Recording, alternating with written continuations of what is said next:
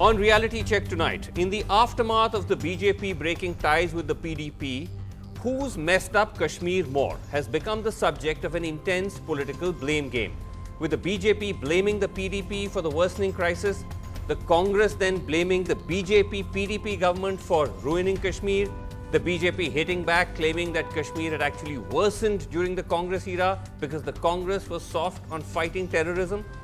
As always on the show, we cut through the hyperbole and we focus on the facts, such as are available.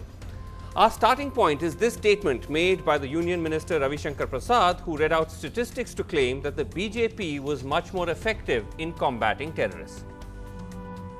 2012 में कश्मीर में 72 आतंकवादी मारे गए। 2013 में 67।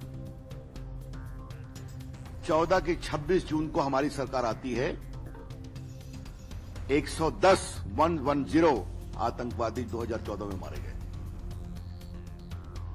2015 में 108 2016 में 150 2017 में 217 217 और मई में अभी तक 75। श्रीमान गुलाम नबी आजाद, यह आपकी सरकार की कहानी और यह हमारी सरकार की कहानी। Okay, now there appears to be no logical basis as to why the minister made 2012 the starting point for a UPA versus NDA comparison, and also why only focus on terrorists killed as a metric to measure security performance. So we broad-based it by looking at the UPA years versus the NDA years. So that's 2009 and 13 versus 2014 till now. And we also looked at not just terrorists killed, but at a wider data pool, which includes fatalities of civilians and security forces. And we also looked at what are called ceasefire violations, which are essentially illegal cross-border shelling by Pakistan. NDTV's Nimisha Jaiswal joins me. She's crunched the numbers. Now, Nimisha, just to first clarify to our viewers that the numbers that you're putting out are basically government figures, right? This is Home Ministry data. That's right, Vasu. The Ministry of Home Affairs puts out an annual report of casualties and terror incidents in the valley.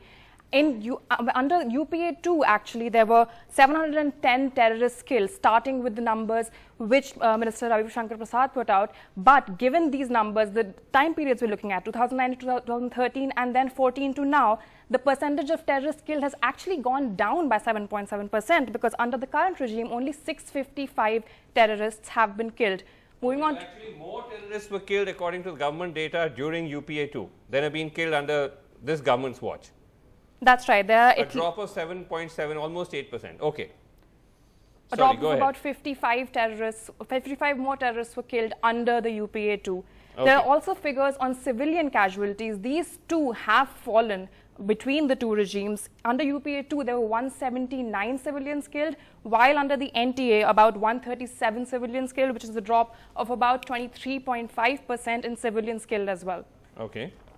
But moving on to security forces killed, another figure put out by the MHA, this number has actually gone up by 13.3%, rising from 248 security forces personnel killed under the UPA 2 to 281 killed under the NDA.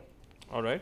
When we look at terror incidents, however, these have gone down by as high as 24%. Under the UPA 2, between 2009 and 2013, there were as many as 1,717 incidents of terror, while under the NDA, up until May this year, the numbers at about 1,306 incidents. So that is a drop of 24%. Right. But the most dramatic numbers, the most dramatic difference we've seen here is actually of illegal Pakistani shelling. Now, these figures are collated not from MHA data, but from Lok Sabha answers that the MHA has provided over the past few years. And according to these answers, under the UPA 2, 628 incidents of ceasefire violations. Violations. There were 628 incidents of ceasefire violations, which has shot up by 283% under the current government to 2,408 ceasefire violations. Okay, that's a massive jump of almost 300% when it comes to these ceasefire violations, or as we said, Pakistan's illegal shelling across the border. Thanks very much indeed, Nimisha, for that.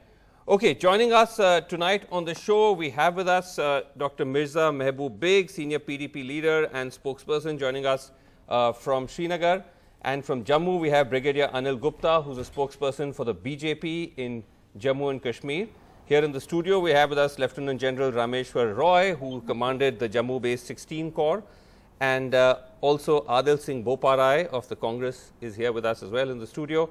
And last but not least, Ajay Sahani is with us of the SATP South Asia Terrorism Portal, which is absolutely a mine of fascinating data, some of which we've actually used in our report tonight. So let me just start with you, Ajay, because this data, the numbers that we've crunched, won't come as a surprise to you.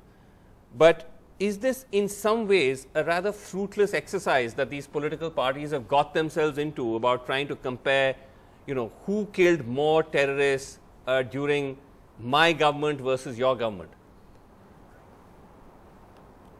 You see, it's completely fruitless, it is completely counterproductive, because it is an abuse of data by both parties. The objective is not to come out with a reality-based assessment of the situation, but basically to paint the other party black.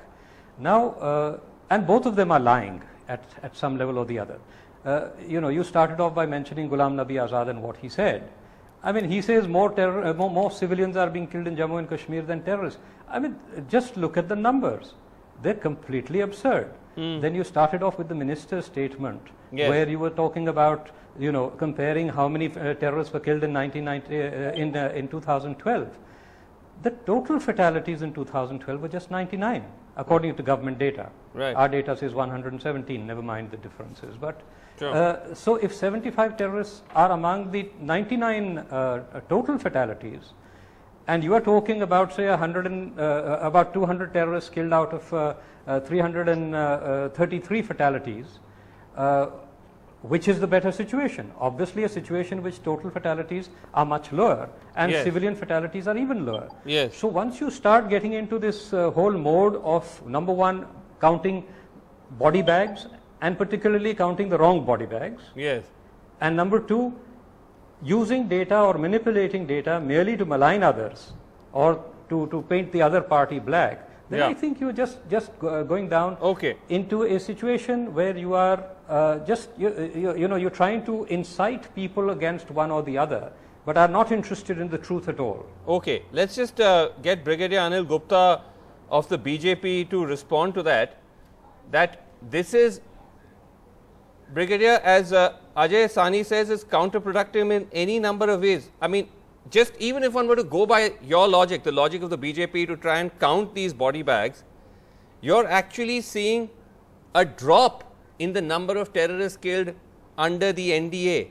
And you're seeing an increase, a 13% increase in the number of security forces killed under the watch of your government. No, that is not correct. It's not the correct way of comparing the data. The data, with the way it should be compared, is the ratio between number of terrorists killed and the number of civilians killed. That will give you the correct data. And that is what Ghulam Nabi Azad was blaming. He was saying for every 4 terrorists killed. But that's not how Mr. Ravi Shankar Prasad presented it. Please listen to me. Mr. Ravi Shankar Prasad did not present it like that. He just simply read out. But sir, Mr. Ravi Shankar Prasad simply read out the number of terrorists killed. He didn't offer any ratio. Is it the 1:5 ratio?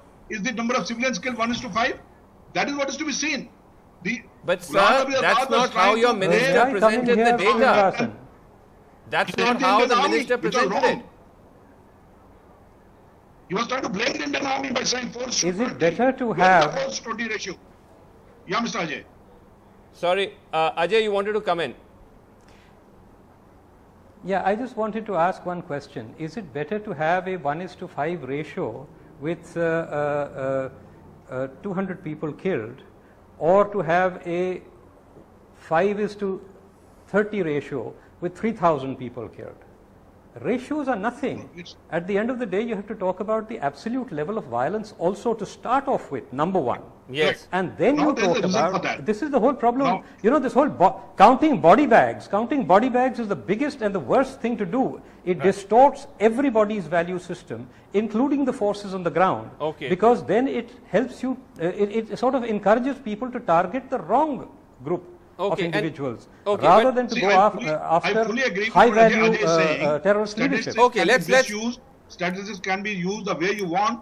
The interpretation of statistics depends on the individual, the way he wants to interpret. Okay, but sir, but now let me tell you the number of casualties. Sir, The just number a of second. casualties, Let me get other the people in. terrorists- Otherwise, it's getting very Yeah, one-sided. please. Let me bring Dr. Mirza Beg into the debate.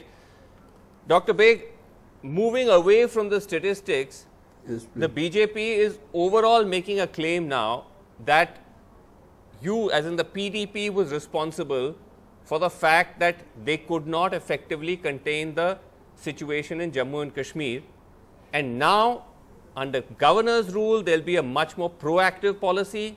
I think it's called Operation All Out or whatever the exact name is, and now they're going to get cracking. What do you have to say about that? Yes. Data doesn't suggest that, but anyway, what do you have to say at the political level? Yeah, give me a second to explain everything, please, because this is going to be very, very important. Okay. When 2014 assembly election results came, we had a fractured mandate. We had a fractured mandate, and unfortunately, it was based purely Sir, on I don't want to- regional and Mirza Sahab, I don't No, want to no, interrupt I'm you, telling but you- I'm I telling think you I because- think the rationale for the alliance is Yes. something we have actively debated on this show, and I'm sure across the media. I want to ask you a pointed, direct question. The numbers do not back Which the is? BJP's claim that there was any kind of let up in the, in the action against terrorism in Jammu and Kashmir. But they are claiming that there was a slowdown in the security forces operations because of the PDP. The PDP was approaching a softer approach. No, softer approach means what? We were together, number one. We are together in the coalition. And softer, yes, we are treating our own people. We are dealing with our own people. As former Chief Minister Mehbooba Mufti said, we have to understand we are dealing with our own people. Yes. So when we did go for unilateral ceasefire Yes. during Ramzan, it was a relief for the people of Kashmir in particular. Right. And we just wanted it to hold, give it a chance. That But you're is how saying there you was deal no with holding your back own on the people. We are operations not otherwise. very- You're saying apart from the Ramzan ceasefire, there was no slowdown, there was no soft No, approach, what none of that. No, what I am saying is, what we have to resolve the issue, the Yeah. basis. We have to go and address the basis of the problem. Okay. So unilateral ceasefire was one. Then she pursued the Home Minister, and Home Minister came out with an appeal to Pakistan and Hurriyat for talks. I think we should have pursued with that, because you have to address Okay. the basic issue. These are only the symptoms. We can't be talking about the symptoms. Okay, you're and saying that it forget about can't the just be, disease. okay, you're We saying have it to just treat can't be the disease. militaristic. Adil Singh Goparai, is this, I mean, the Congress is also now falling into this trap of getting into this numbers game, of trying to, count the body bags, all of that. Is that really the answer here?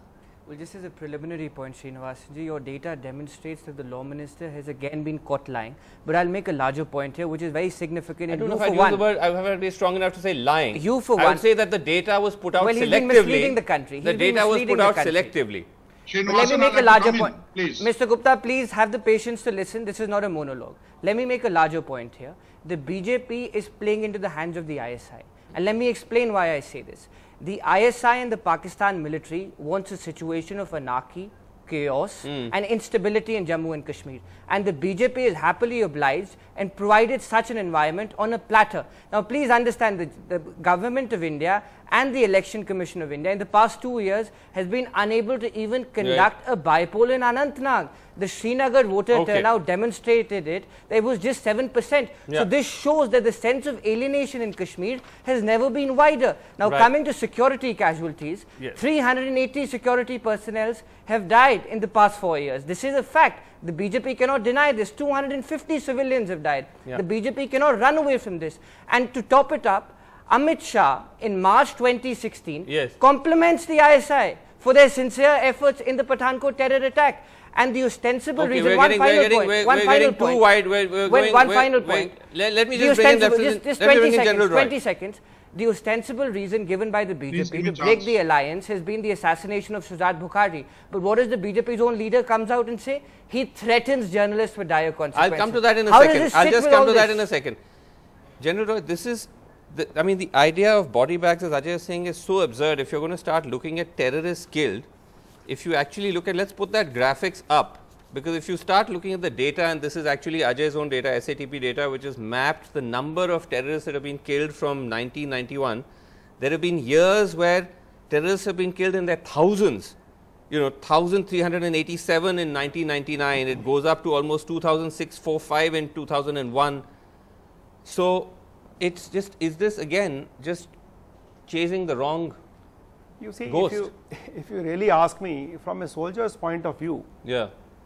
This kind of a data, either way, it will cut both ways, you know. I mean, if you talk of the soldiers or the terrorists for that matter, either it will, and the civilians put together, either it will be cutting at the, say, HR violations, or it would be cutting at the operational inefficiencies where you lose more soldiers than the terrorists. Right. You know, the number of kills, we as field commanders also, we do not go on focusing purely on the kills. Right. You know, you have to look at an area how peaceful it is, not how many terrorists have been killed in an area. And then these kills are a factor of many, I mean, they are, you know, they are a, they depend on many factors. But can I ask you a direct question, because you were commanding 16 Corps, which is the Jammu based Nagrota, the 16 Corps of the army in 2009-10, those were during the UPA years. Is there any basis to the political argument being made here that somehow during the UPA time there was pressure on the army to go soft? No, let me tell you that it is never that the army operations get affected no matter which government is in power. Right. The issue is very simple.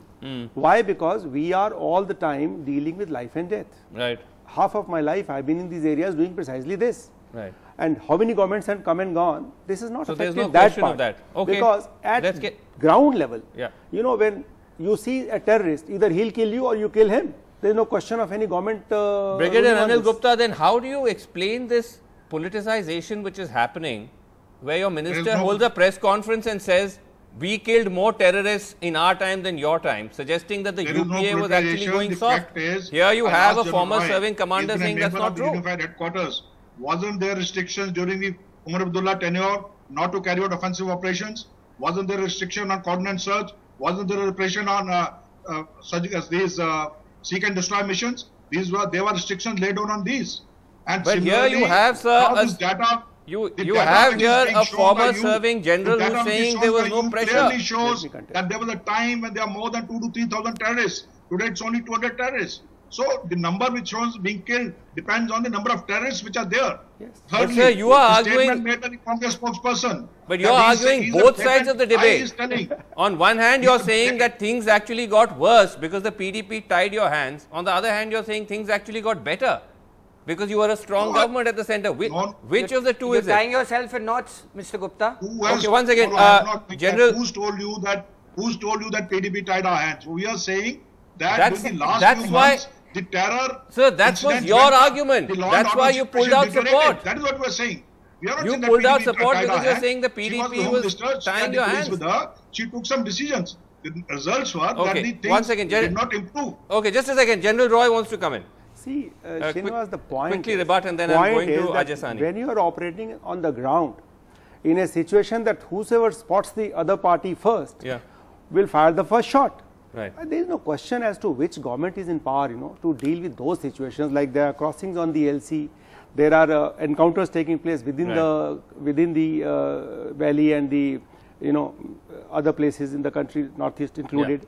So on those situations, I don't think any such mandate can be given. A mandate is very simple, that we are there. Please tell me, wasn't there a ban on COSO? Please tell me that. No, not at all. Never, never. Okay. You see, the point is, in the last 27 years of insurgency or these disturbances in J&K, there have been 6 times that the situations have been the best as far as the kills or figures or whatever have been concerned. Actually, overall, if you look at it, let me go to Ajay Sani. Overall, if you look at that graph which we just put up, the situation has vastly improved from where it was in the 90s to now.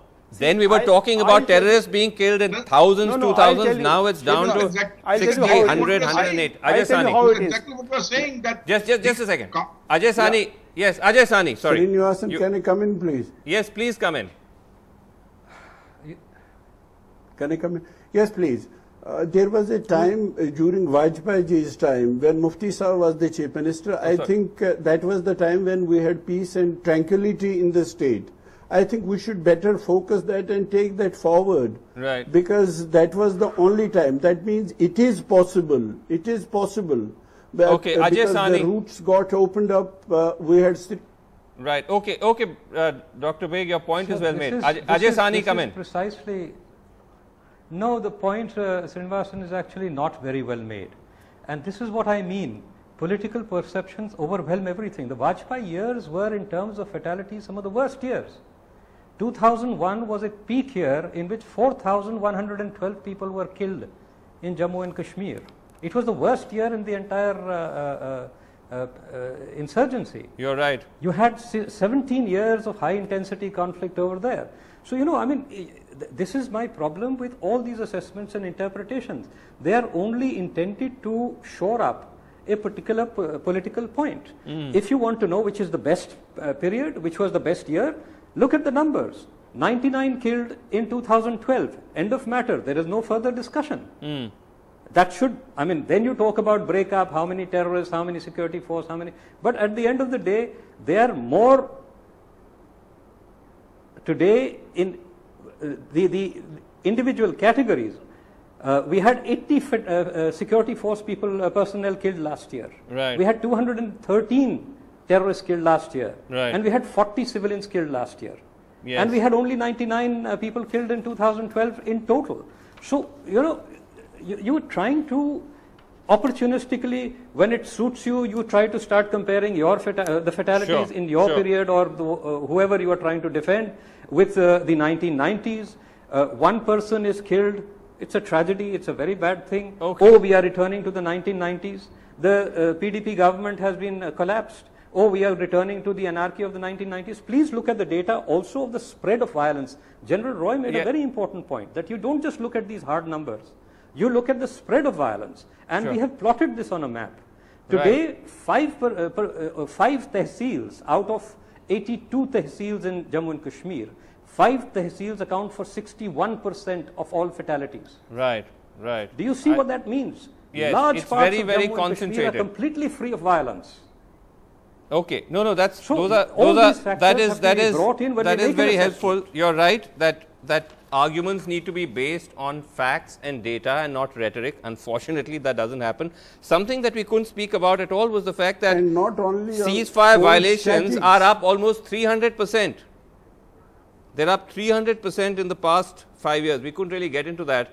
But we are literally out of time. Can I get 30 seconds? Can I just get let me just get Brigadier Anil Gupta just very quickly to respond to that. 300% increase in ceasefire violations.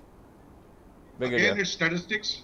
It is because of, or it is, I would say, isn't that a failure? That policy. If they were firing, we were firing back at them. They were firing back at us. That is in that.